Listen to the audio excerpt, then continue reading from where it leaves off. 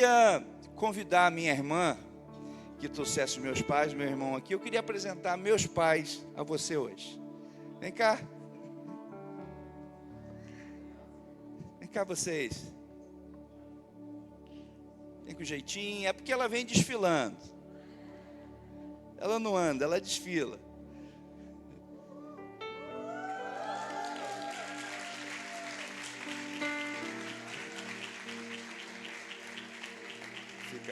Meu pai fica lá na ponta. Vamos botar em ordem aqui, como é a ordem das coisas. Meu pai fica aqui na ponta, fica aqui meu pai. Meu irmão fica aqui, eu fico no meio, porque eu sou o filho do meio. Fica aqui minha irmã. Não parece não, eu tinha que ficar ali que parecia mais novo, né? Eu faço questão de apresentar minha família aqui. Meu pai, minha mãezinha, meu irmão e minha irmã mais nova. Eu sempre conto uns causos dele aqui, sou de roça, né? Meu pai. E eu quero falar rapidamente aqui um pouquinho deles.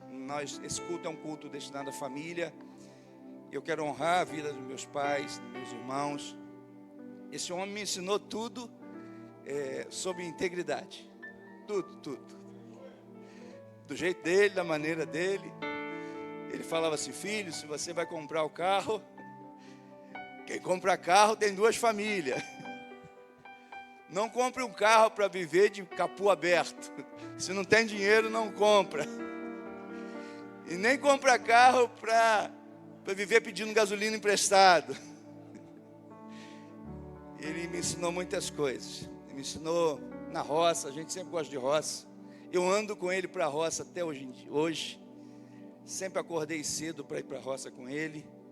Minha irmã já teve uma outra geração. Ela chegou depois, irmão. Eu tenho um trauma assim que eu carrego. Ela foi a menina, a princesinha. Mas com meu pai eu aprendi tudo de integridade, pai. Quero te honrar. Comprou, tem que pagar. Empenhou a palavra, cumpra. Marca com ele 6 horas. Ele 5 horas está no ponto. E há de você se você não chegar. Ele fica chateado, porque ele diz que um homem tem que ter palavra. Marcou, tem que estar presente. Com a minha mãe eu aprendi amor, aprendi cuidado.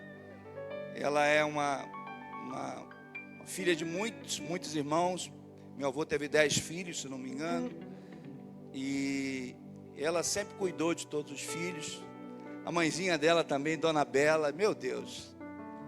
Minha avó era fora da curva.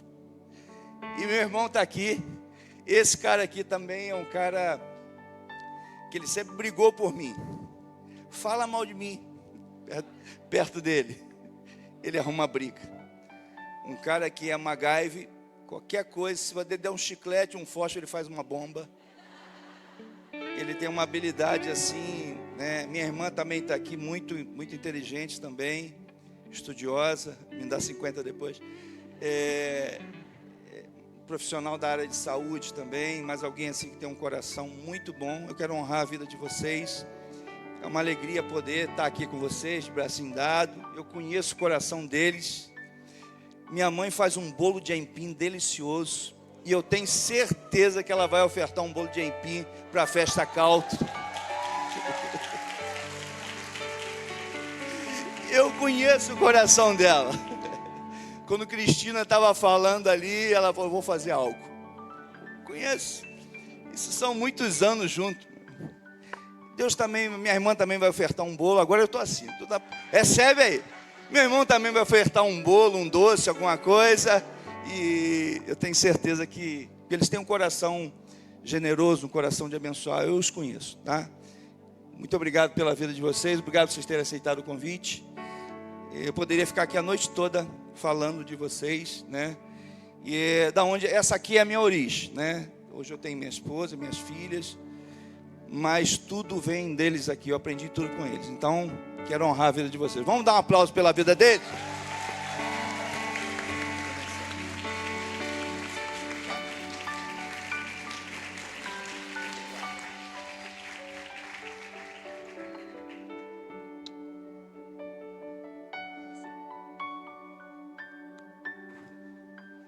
Para dar um abraço no meu pai, parece até um ouriço. Que ele assim, abraçar ele é um negócio que não é fácil, não.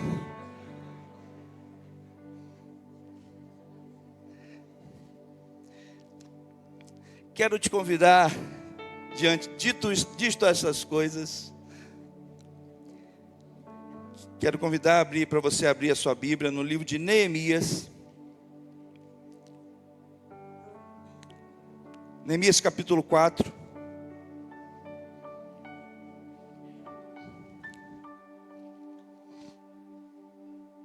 Quatro, 14.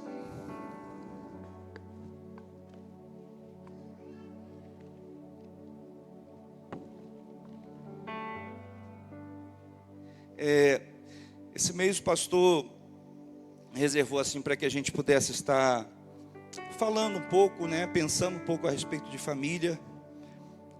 E eu quero trazer um tema ao coração de você que está aqui, ao coração de todos que estão em casa.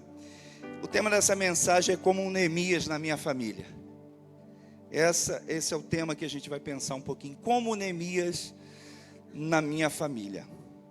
Eu estava aqui com a minha família, depois que nós nos tornamos adultos, nós nunca brigamos. Talvez pequeno, a gente saía nos tapas, né? Porque quem irmão não saía no tapa quando era pequeno, né? Mas quando tomamos conhecimento, tomamos idade, nós nunca brigamos uns com os outros. Nós vamos brigar uns pelos outros. E começa já a receber isso na sua vida. Não brigue com os seus irmãos, brigue pelos seus irmãos. Quando eu estava escrevendo essa mensagem, estava pensando, meditando com Deus, tem algo aqui que Deus quer fazer, eu não sei no coração de quantos, seja aqui ou seja em casa. Deus vai te pegar hoje numa questão. Como é que estão seus irmãos? E eu estou falando irmão de sangue mesmo. Estou só falando irmão de fé, não. Como estão os seus irmãos? Como estão as suas irmãs? Como estão os seus filhos? Como estão as suas esposas? Um trecho aí de Neemias que está ali, vai dizer assim: fiz uma rápida inspeção e pretendia ali, disse aos nobres e aos oficiais do povo: não tenham medo deles. Lembre-se de que o Senhor é grande e terrível. Lembre-se que o Senhor é grande e terrível. Lute pelos seus irmãos, lute pelos seus filhos, por suas filhas, por suas mulheres e por suas casas. A gente vale a pena, a gente depois com o tempo, e você com o tempo, a gente lê todo o livro de Neemias, que ele é maravilhoso. Maravilhoso. Quando Neemias chega aqui, ele faz essa menção aqui, chama os oficiais, faz uma rápida inspeção.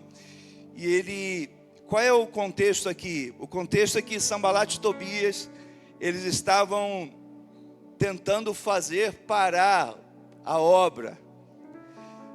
Neemias rapidamente corre e fala assim: não tem medo. Deus, lembre-se de quem é Deus. Deus é terrível. Lute pelos seus irmãos, lute pelas suas irmãs, lute pelos seus filhos, pelas suas filhas, lute pelas suas esposas, lute pelas suas casas. E é muito interessante, irmãos. Qual é o contexto? Neemias era copeiro do rei Artaxerxes. E vem alguém dizendo para Neemias, fala assim: vem trazer uma notícia de como estava Jerusalém e os muros. Neemias então pergunta: como que está Jerusalém? Está destruída. Os muros estão todos queimados, todas as portas incendiadas. E aí diz o texto que Neemias chora, sente aquela dor no coração de saber que tem uma história que ficou para trás. Sente que ele, embora ele estivesse no palácio, estivesse lá como copeiro do rei, servindo ao rei, numa condição talvez diferente, aquela notícia chega no coração dele, que traz tristeza, mas ele estava num lugar confortável. Ele estava num lugar aparentemente de segurança, um lugar totalmente diferente. Ele poderia simplesmente falar assim: poxa, que pena, mas eu vou tocar minha vida. Ele poderia, mas não é isso que acontece no coração dele. Ele, quando tem a notícia, ele fica triste, chora, e ele busca a direção de Deus para restauração. E diz que ele pede, o rei olha para ele e fala assim: por que você está triste, camarada? Como é que eu não estaria triste? Eu estou bem, mas meus irmãos não estão. A minha história que está para trás não está legal. E aí, se a gente for continuar lendo, o texto é maravilhoso. Ele começa com estratégia, ele começa muitas estratégias que valeria muito a pena eu e você ler mais vezes esse texto, como Neemias na minha família, pensar: poxa, como eu posso ser como Neemias? Olha para o texto. Tem momentos que Neemias fica quietinho, não conta a estratégia. A gente precisa às vezes calar. A gente está numa obra de restauração, tem que aprender a ficar quieto, não ser bocudo demais, não falar o que está acontecendo. É você e Deus. Deus está agindo, você e Deus agindo. É você se mover rápido. E eu quero pensar aqui algumas coisas que nesse contexto. Primeiro ele fala, além de não ter medo, o próprio texto, o primeiro tópico dessa palavra, ele vai dizer: lute pelos seus irmãos. Irmãos, lute pelos seus irmãos. Eu não sei para quem é essa palavra aqui, essa noite. E eu fiz questão de falar com meus irmãos aqui, que eu não vou lutar com os meus irmãos. Eu vou lutar pelos meus irmãos. Talvez tenha gente aqui ou em casa que fala assim: pastor, mas você não conhece a história. Pastor, você não sabe o que aconteceu para eu estar à distância que eu estou do meu irmão ou da minha irmã hoje. Pois é, mas você já não é mais o mesmo. Pois é, talvez você conheceu a Deus. Pois é, talvez Deus já fez muitas coisas na vida, na sua vida. Deus te fez prosperar. Talvez Deus te conduziu hoje a um lugar confortável, a uma posição confortável. Mas aonde estão os seus irmãos e as suas irmãs? E olha, irmão, quando o Espírito Santo manda escrever isso aqui, ele tem endereço. Eu não sei para quem será essa palavra aqui, para um homem, se para uma mulher, se para alguém que vai estar em casa, eu não sei. Mas eu creio que aquele muro que você construir, você vai construir uma ponte. Você será usado por Deus para restaurar aquilo que foi quebrado. Talvez você e seu irmão, uma irmã. Aí ninguém dá glória, eu sei que ninguém dá glória. Mas Deus vai mexer contigo, que você vai falar assim, você vai dar glória até o final. Deus vai mexer contigo. E o texto fala: lute pelos seus irmãos. Lute por ele. Onde estão os seus irmãos agora? Onde está o seu irmão? Onde está o seu irmão? Ah, pastor, ele não quis saber de nada. Pastor, se desviou. Você parou de orar por ele? Você deixou de visitar ele? Você deixou de acordar de madrugada para orar pela vida dele? Você entregou ele de bandeja? Você aceitou a ideia de não passar a eternidade mais com ele? Eu não abro mão de passar a eternidade com a minha família. Eu não abro mão de passar a eternidade com meus irmãos. Eu não abro a mão de chegar um dia e quem sabe os livros se abrir e o Senhor perguntar: o que você fez? O que você fez pelo seu irmão, pela sua irmã? O que você fez? Não, eu estava num lugar confortável, eles não quiseram saber de nada. Talvez hoje, a partir dessa palavra, pessoas sairão incomodadas daqui. E eu tenho certeza que Deus é um Deus disposto, irmão, a te ajudar a fazer ponte. Tenho certeza que Deus é um Deus que está disposto a te ajudar a fazer ponte. Pastor, você não sabe o que você está falando. Eu creio que o Espírito Santo que me incomodou para escrever sobre isso aqui é o mesmo que vai te incomodar para você pensar sobre isso. Segundo tópico que o texto fala: lute por seus filhos e por suas filhas. O próprio texto vai dizer isso. Você sabe como é que está a situação dos seus filhos? Como é que está a situação das suas filhas? Você tem chorado, lamentado, mas você tem orado e buscado direção de Deus como Neemias? Senhor, me dá uma estratégia, me dá recursos para eu restaurar, Senhor. E eu fico, ser pai não é fácil, não é? Ser pai não é fácil. E às vezes a gente ama tanto os nossos filhos que a gente não sabe, é tanto amor, que a gente até não sabe como fazer. Às vezes a gente é duro demais, às vezes a gente é frouxo demais. Lute por seus filhos, não entregue seus filhos, não entregue as suas filhas. Pastor, mas agora ela já é de maior.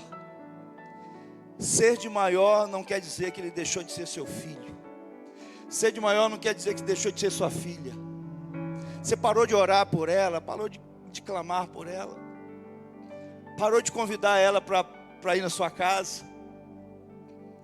Quem sabe aquele prato que sua filha ou seu filho tanto gostava, quem sabe Deus vai te impulsionar, falar: filha, vem cá, vem comer aquele prato que você fala assim: pastor, mas isso é impossível, eu já não tenho diálogo com meu filho, já não tenho diálogo com a minha filha.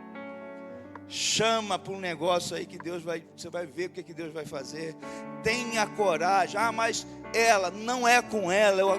Você que está aqui hoje, você que está aí ouvindo essa mensagem, é com você.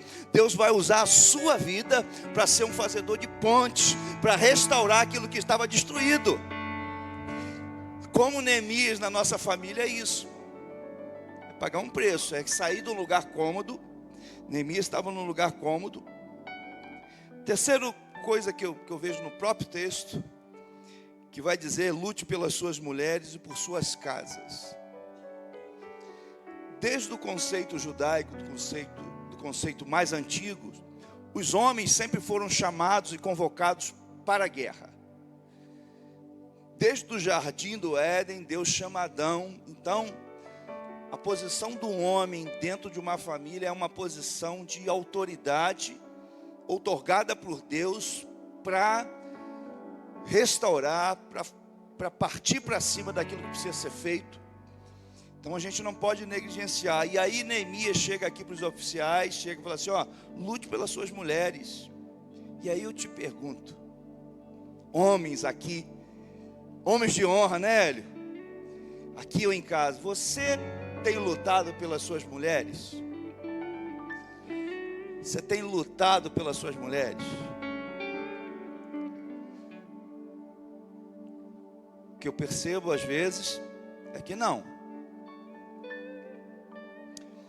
Certa vez eu estava em Niterói, não sei se eu já contei isso, e eu estava do lado de um moço que tem um coração assim enorme. Pensa num camarada que tira a roupa do corpo para oferecer e ofertar a quem precisa. E eu pude perceber que o telefone celular dele tocou, e ele, atendendo aquele telefone de forma tão ríspida, aí ele acabou o telefone, eu estava ali do lado dele, eu falei assim: cara, você está falando com quem? Aí ele falou o nome da esposa. Você está falando desse jeito com a sua esposa? Você vê, ela quer que eu vou lá.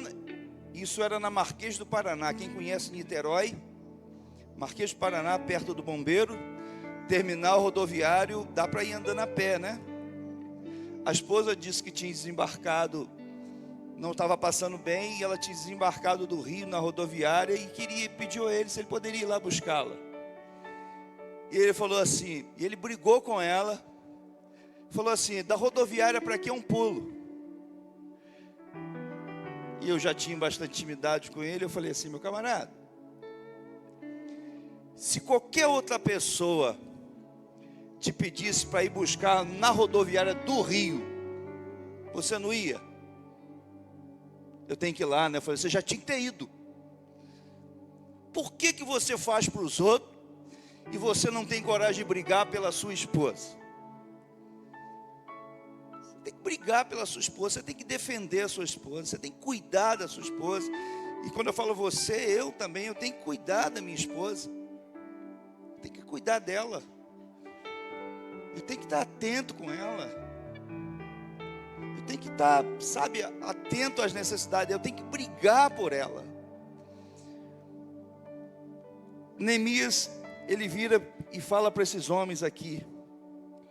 E é interessante que em todo o processo de restauração, quando ele fica sabendo que os muros estão destruídos, as casas estão queimadas, e diz que ele acende no coração, ele pede recursos, ele começa o processo de restauração, ele visita, vê os lugares, e diz que a obra começou a acontecer, a obra de restauração começou a acontecer, no projeto daquele homem. Lembremos que ele estava no palácio, chega a notícia, ele pede recursos, o rei concede recursos, ele vai, ele tem a estratégia, e aí Sanbalat e Tobias começam a se levantar e dizer: esses homens não vão, essa história de restauração não vai acontecer. E aí começa a oposição ao processo de restauração. É preciso saber que sempre haverá oposição em todo o processo de restauração. Não será fácil um processo de restauração. E é interessante que essa palavra processo, ela está em moda. Só que processo não é um acontecimento mágico. Processo é algo que marca uma caminhada, onde tem exercício de casa, tem o que fazer sim. Porque tem gente que fala assim: não, pastor, eu estou no processo. Mas você está fazendo o quê? Não, pastor, eu estou no processo de Deus. Mas você está fazendo o quê? Os processos de Deus não isentam as nossas ações. Você e eu podemos estar em processo, mas nós temos deveres de casa para fazer. Sanbalat e Tobias arquitetam diversas coisas. E aí, em determinado momento, ele manda chamar Neemias. Neemias, capítulo 6. Capítulo 6 vai contar essa história. Neemias fala assim: Neemias, vem cá que eles querem conversar contigo. Sabe o que Neemias faz? Neemias manda mensageiros. Neemias fala o seguinte: eu estou no meio de um processo de restauração. Eu estou em meio a uma grande obra e não posso parar. Vocês querem me tirar do foco? O problema é de vocês.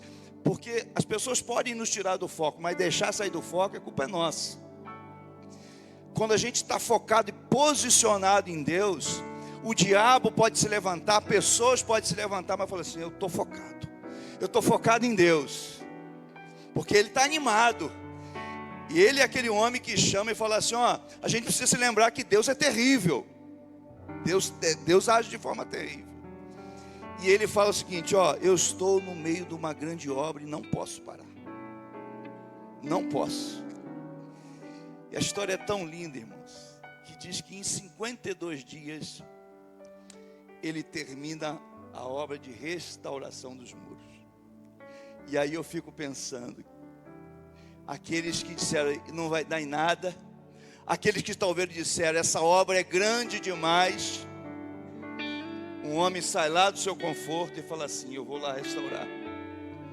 Deus é com a gente. Deus é com a gente. Eu quero deixar 3 lições para a igreja que eu aprendi nesse texto, para encerrar essa palavra. Como Neemias na minha família. Primeira lição que eu quero deixar para a minha igreja, para você que vai ouvir essa mensagem, é que lute lutas pelas quais vale a pena lutar. Para de lutar a luta que não vale a pena. Para de gastar energia com coisas que não vale a pena. É para lutar pela sua família, isso vale a pena. Isso tem valor. Só cuidado também é o seguinte: você não usar dessa história, estou lutando pela minha família, achando que é só botar o arroz e feijão na despensa. Não, eu estou trabalhando muito pela minha família, eu estou trabalhando para dar o melhor à minha família no futuro. Ei, eu aprendi há muito tempo, a sua família está no presente. Você pode ser que você chegue no futuro com muitas conquistas e sucesso sem família. Lutar pela família é considerar que ela está no presente, que ela é uma luta boa. Uma luta boa. Se é uma luta, você tem que lutar pela sua família. Sempre. Lute pelos seus filhos. Pastor, mas lutar pelos filhos o quê? Lutar mesmo, lutar nesse tempo, nesse momento. Eu fico vendo, irmãos. E eu tenho 2 filhas. Eu não tenho nada a ver com a criação do filho dos outros, né? Cada um cuida dos seus filhos. O que eu tenho é cuidar das minhas filhas. Um tempo atrás, uns anos atrás, eu fui chamado na escola. E aqui não é para expor ninguém. Fui chamado na escola pela diretora e os professores por causa de Thaís. Eu estava em Niterói, gente. Estava em Niterói. A diretora do colégio liga assim, Sandro. E ela com medo de falar comigo, né? Eu sou meio bravo para algumas coisas. Você pode vir no colégio? Que hora? Eu estou passando aí. Mas muito em paz também, porque eu conheço minhas filhas. Não estou dizendo aqui que minhas filhas são perfeitas, não é sobre isso. Mas eu preciso cuidar das minhas filhas. Cheguei lá, tinha umas 4 pessoas, tudo numa sala, rodeando assim, cheio de dedos para conversar comigo. Eu falei, gente, o que está acontecendo? Eu falei, pode falar aí, gente. Vamos resolver isso aí. Não, que a gente está preocupada porque ela está andando um pouco afastada do grupo. Aí eu perguntei, que grupo? Qual grupo? Não, esse grupo é assim, assim, assim, porque ela gosta de fazer as coisas direito, porque ela não gosta de ficar, e ela fica meio isolada no grupo, fica isso, aquilo, tal. Eu falei, mas aí tudo que foi falando, eu falei, glória a Deus, dentro de mim, glória a Deus, aleluia, santo, santo. Eu falei, que bom que eu estou ouvindo isso. Por quê? Porque nas escolas, o certo, o errado parece que está virando certo. O ser aceito nos grupos parece que está mais em moda. O sair bem no Instagram está mais em moda. O pertencer, isso sempre existiu. Mas acabou aquela reunião ali, eu louvei a Deus porque eu posso ver, e eu falo sempre para ela, filha, paga o preço. Paga o preço. Porque quem paga o preço, recebe o que é melhor. Então você jovem que está aqui, pague o preço. Papai e mamãe que estão aqui, você sabe a senha do celular dos seus filhos? Não, pastor, aí é invasão, pastor. Eu estou ferindo a privacidade dele. Ele já é grandinho, está debaixo do seu teto? Você sabe com quem seus filhos conversam? Você sabe com quem eles andam postando? Você sabe que eles conversam nos quartos? Estou dizendo que seja fácil não, tá? E nem estou dizendo que meus filhos são virou anjo. Não é sobre isso. Mas a gente precisa lutar pelos nossos filhos. Não entregar de bandeja, não. Lutar, porque eles são heranças do Senhor. Você vai fazer uma travessia com eles. Eu falo isso. Eu brinco isso com Thaís. Thaís, já até sei, pai. Falei, um dia, aí eu tenho aquela lamúria, né? Um dia papai não vai estar aqui, eu falo para ela, pastor. Um dia papai não vai estar aqui, você faz do seu jeito. Mas enquanto papai estiver aqui, a música na vitrola, fala, vitrola está antigo. Enquanto papai estiver aqui, quem bota a música na vitrola é papai, filha. E não quer dizer que eu estou sendo um pai autoritário. Pastor, é sua leitura. Irmão, se ser autoritário, eu estou lutando pelos meus filhos, entenda como quiser. Eu vou lutar pelos meus filhos. Eu vou lutar pela minha esposa. Eu vou lutar pelos meus irmãos. Estou aqui, meu irmão Sérgio e Alessandra. Se eu ver o mal, eu oro por eles. A gente está sempre junto. É interessante, eu e meu irmão, nós estamos fazendo uma obra junto, pastor, lá no sítio. Eu e ele fazendo uma obra junto. Eu tenho um jeito, ele tem outro. Sandro, isso tá bom. Eu falo, isso não tá bom, Sérgio. Sandro, para que você vai fazer isso, Sandro? Você vai botar isso aí, você não vai levantar um prédio em cima disso. Eu falo assim, tudo que eu faço pode se levantar um prédio depois se quiser, mas eu vou fazer. Aí ele fala assim, tá bom, não vou falar mais nada não. Você é cabeça dura. Aí minha filha fala assim, pai, você é cabeça dura. Eu falo, eu sou meio cabeça dura.